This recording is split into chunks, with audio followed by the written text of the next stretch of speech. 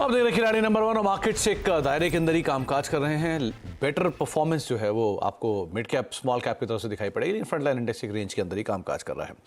अब बातचीत करते हैं कॉर्पोरेट स्कैन में, और कॉर्पोरेट स्कैन में आज हमारे साथ बातचीत करने के लिए पारस डिफेंस की मैनेजमेंट मौजूद है। DPIIT से कंपनी के नवी मुंबई में इंडस्ट्रियल लाइसेंस मिला है। कंपनी नवी मुंबई में नया प्लांट लगाएगी। थर्मल इमेजिंग इक्विपमेंट, रडार समेत कई सर्विलांस सिस्टम का प्लांट का उत्पादन होगा।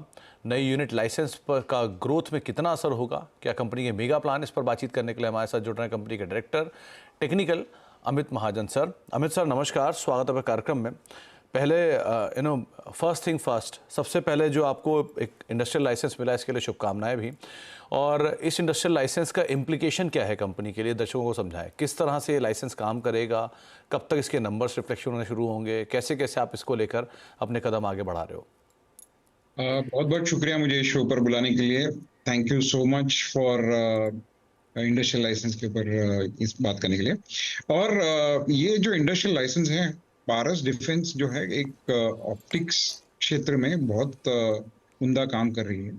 उसके चलते हम लोग EOIR, जिसको electro optics and infrared systems बोलते हैं या ऑप्टिकल सिस्टम्स बोलते हैं, ऐसे सिस्टम्स, कॉम्प्लेक्स नेचर के जो ऑप्टिकल सिस्टम्स होते हैं, ये कॉम्प्लेक्स नेचर के ऑप्टिकल सिस्टम्स को बनाने की तैयारी में है। आज अगर आप देखोगे तो सबमरीन पेरिस्कोप एक बहुत ही ज्यादा कॉम्प्लेक्स, जो पूरे एशिया पैसिफिक में सिर्फ पारस डिफेंस कर रहा है, इतना कॉम्प्लेक्स ऑप्टिकल सिस्टम हम लोग आज बना रहे हैं।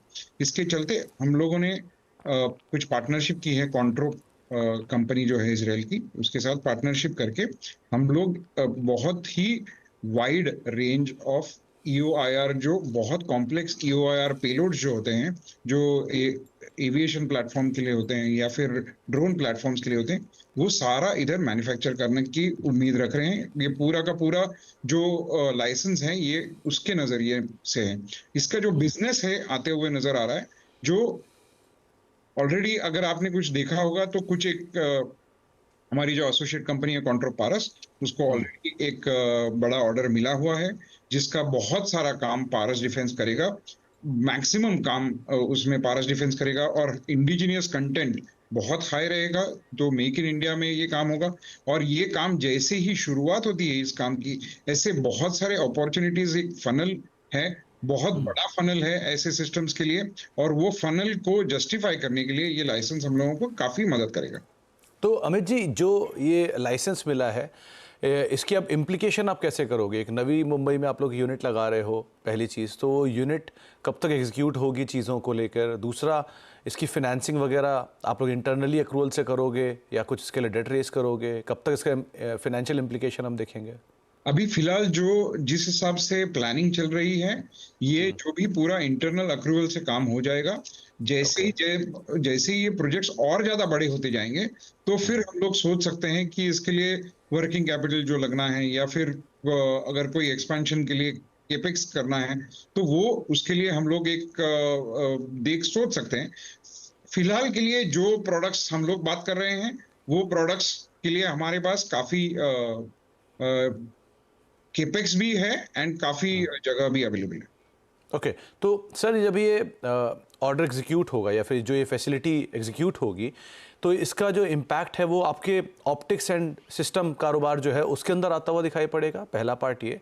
दूसरा, रिसेंटली आपको कुछ ऑलेंटी से भी ऑर्डर मिले थे, और अभी की ऑर्डर बुक सिचुएशन किस तरह की, उस ऑर्डर के बाद कंपनी अभी कितने ऑर्डर एग्जीक्यूट कर रही है।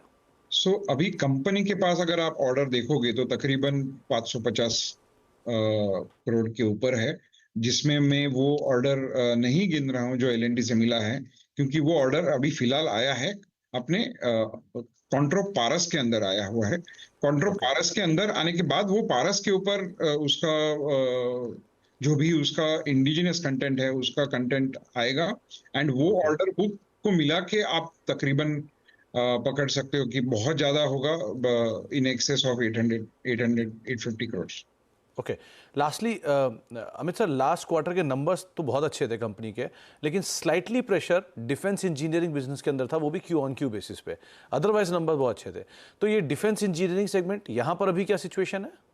डिफेंस इंजीनियरिंग एंड ऑप्टिक्स, अगर हम लोग दो वर्टिकल्स देखते हैं कंपनी के, तो डिफेंस इंजीनियरिंग एक बहुत कॉम्पिटिटिव, लेकिन डिफेंस इंजीनियरिंग की वजह से हम लोग बहुत सारे प्रोजेक्ट्स में इन्वॉल्व हैं, एंड वो मार्केट जो है डिफेंस इंजीनियरिंग का वो बहुत ज्यादा बड़ा है, इसलिए डिफेंस इंजीनियरिंग एक अहम हिस्सा है कंपनी का।